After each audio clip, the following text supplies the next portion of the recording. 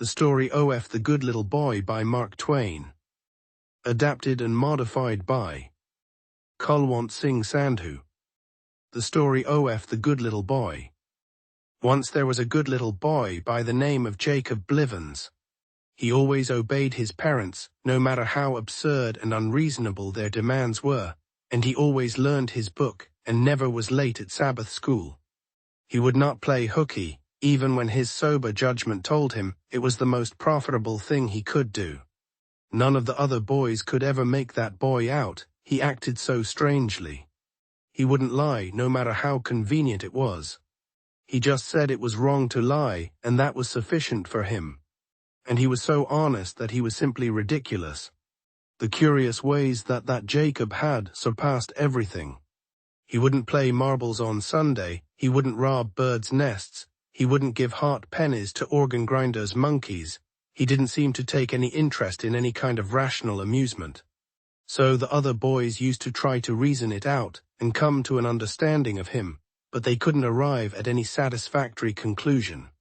As I said before, they could only figure out a sort of vague idea that he was afflicted, and so they took him under their protection and never allowed any harm to come to him. This good little boy read all the Sunday school books. They were his greatest delight. This was the whole secret of it. He believed in the good little boys they put in the Sunday school book. He had every confidence in them. He longed to come across one of them alive once, but he never did. They all died before his time, maybe. Whenever he read about a particularly good one, he turned over quickly to the end to see what became of him, because he wanted to travel thousands of miles and gaze on him. But it wasn't any use. That good little boy always died in the last chapter, and there was a picture of the funeral, with all his relations and the Sunday school children standing around the grave in pantaloons that were too short, and bonnets that were too large. And everybody crying into handkerchiefs that had as much as a yard and a half of stuff in them. He was always headed off in this way. He never could see one of those good little boys, on account of his always dying in the last chapter. Jacob had a noble ambition to be put in a Sunday school book. He wanted to be put in, with pictures representing him gloriously declining to lie to his mother and her weeping for joy about it, and pictures representing him standing on the doorstep giving a penny to a poor beggar woman with 6 children, and telling her to spend it freely but not to be extravagant because extravagance is a sin, and pictures of him magnanimously refusing to tell on. The bad boy who always lay in wait for him around the corner as he came from school, and welted him so over the head with a lath, and then chased him home, saying, "Hi, hi," as he proceeded. That was the ambition of young Jacob Blivens. He wished to be put in a Sunday school book. It made him feel a lithe uncomfortable sometimes, when he reflected that the good little boys always died. He loved to live, you know, and this was the most unpleasant feature about being a Sunday school book boy. He knew it was not healthy to be good. He knew it was more fatal than consumption to be so supernaturally good as the boys in the books were. He knew that none of them had ever been able to stand it long, and it pained him to think that if they put him in a book he wouldn't ever see it, or even if they did get the book out before he died, it wouldn't be popular without any picture of his funeral in the back part of it. It couldn't be much of a Sunday school book that couldn't tell about the advice he gave to the community when he was dying. So at last, of course, he had to make up his mind to do the best he could under the circumstances, to live right and hang on as long as he could and have his dying speech all ready when his time came. But somehow nothing ever went right with the good little boy. Nothing ever turned out with him the way it turned out with the good little boys in the books. They always had a good time and the bad boys had the broken legs, but in his case there was a screw loose somewhere, and it all happened just the other way. When he found Jim Blake stealing apples, and went under the tree to read to him about the bad little boy who fell out of a neighbor's apple tree and broke his arm, Jim fell out of the tree too, but he fell on him and broke his arm, and Jim wasn't hurt at all.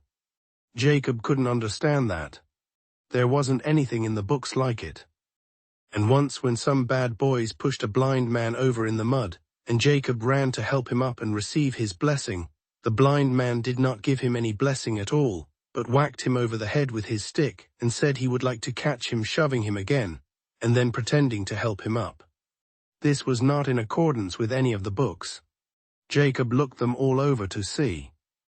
One thing that Jacob wanted to do was to find a lame dog that hadn't any place to stay, and was hungry and persecuted, and bring him home and pet him and have that dog's imperishable gratitude.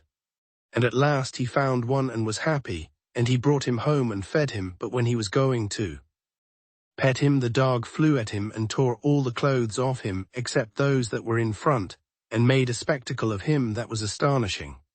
He examined authorities, but he could not understand the matter. It was of the same breed of dogs that was in the books, but it acted very differently. Whatever this boy did, he got into trouble. The very things the boys in the books got rewarded for turned out to be about the most unprofitable things he could invest in. Once when he was on his way to Sunday school, he saw some bad boys starting off pleasuring in a sailboat.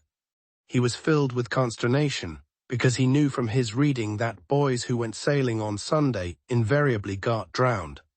So he ran out on a raft to warn them, but a log turned with him and slid him into the river. A man got him out pretty soon, and the doctor pumped the water out of him and gave him a fresh start with his bellows, but he caught cold and lay sick abed 9 weeks. But the most unaccountable thing about it was that the bad boys in the boat had a good time all day, and then reached home alive and well in the most surprising manner.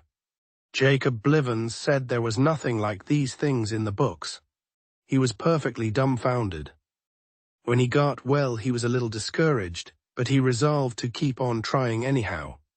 He knew that so far his experiences wouldn't do to go in a book, but he hadn't yet reached the allotted term of life for good little boys, and he hoped to be able to make a record yet if he could hold on till his time was fully up. If everything else failed, he had his dying speech to fall back on. He examined his authorities, and found that it was now time for him to go to sea as a cabin boy.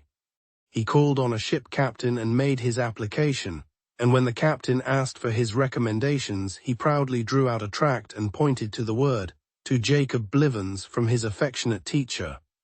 But the captain was a coarse, vulgar man, and he said, "Oh, that be blowed, that wasn't any proof that he knew how to wash dishes or handle a slush bucket, and he guessed he didn't want him." This was altogether the most extraordinary thing that ever happened to Jacob in all his life. A compliment from a teacher on a tract had never failed to move the tenderest emotions of ship captains and open the way to all offices of honor and profit in their gift. It never had in any book that ever he had read. He could hardly believe his senses. This boy always had a hard time of it. Nothing ever came out according to the authorities with him. At last one day when he was around hunting up bad little boys to admonish, he found a lot of them in the old iron foundry fixing up a little joke on 14 or 15 dogs, which they had tied together in long procession, and were going to ornament with empty nitroglycerin cans made fast to their tails. Jacob's heart was touched. He sat down on one of those cans, for he never minded grease when duty was before him, and he took hold of the foremost dog by the collar, and turned his reproving eye upon wicked Tom Jones. But just at that moment Alderman McWelter, full of wrath, stepped in. All the bad boys ran away, but Jacob Blivens rose in conscious innocence, and began one of those stately little Sunday school book speeches which always commence with "Oh, sir," in dead opposition to the fact that no boy, good or bad, ever starts a remark with "Oh, sir." But the alderman never waited to hear the rest. He took Jacob Blivens by the ear and turned him around, and hit him a whack in the rear with the flat of his hand, and in an instant that good little boy shot out through the roof and soared away toward the sun, with the fragments of those 15 dogs stringing after him like the tail of a kite. And there wasn't a sign of that alderman or that old iron foundry left on the face of the earth.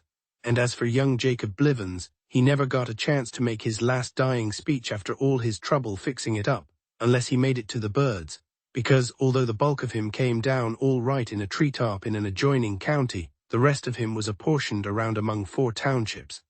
And so they had to hold 5 inquests on him to find out whether he was dead or not. And how it occurred. You never saw a boy scattered so. Thus perished the good little boy who did the best he could, but didn't come out according to the books. Every boy who ever did as he did prospered except him. His case is truly remarkable. It will probably never be accounted for. The Story of the Good Little Boy, version 2. Once there was a boy named Jacob Blivens. He was very good. He always obeyed his parents, even when their rules were strange. He studied hard, went to Sunday school on time, and never skipped school, even when he wanted to. Other boys thought Jacob was odd. He didn't lie, even when it was easier to lie. He was so honest that it seemed silly. He didn't play games on Sunday, steal from birds' nests, or tease animals. The other boys couldn't understand him. They thought he was different, so they protected him and kept him safe. Jacob loved reading Sunday school books. These books told stories about perfect boys who were always good. Jacob believed in these boys and wanted to meet one, but they always died in the stories. Every time he read about a good boy, he checked the end of the book. The boy was always dead, with a picture of his funeral. Everyone cried around the grave. Jacob was disappointed because he could never meet these boys. Jacob's dream was to be in a Sunday school book. He wanted pictures showing him refusing to lie to his mother, giving money to a poor woman, or forgiving a bad boy who hurt him. He wanted to be famous for being good. But Jacob worried because the good boys in the books always died young. He loved life and didn't want to die. Still, he decided to be as good as possible and prepare a great speech for when he died. But things always went wrong for Jacob.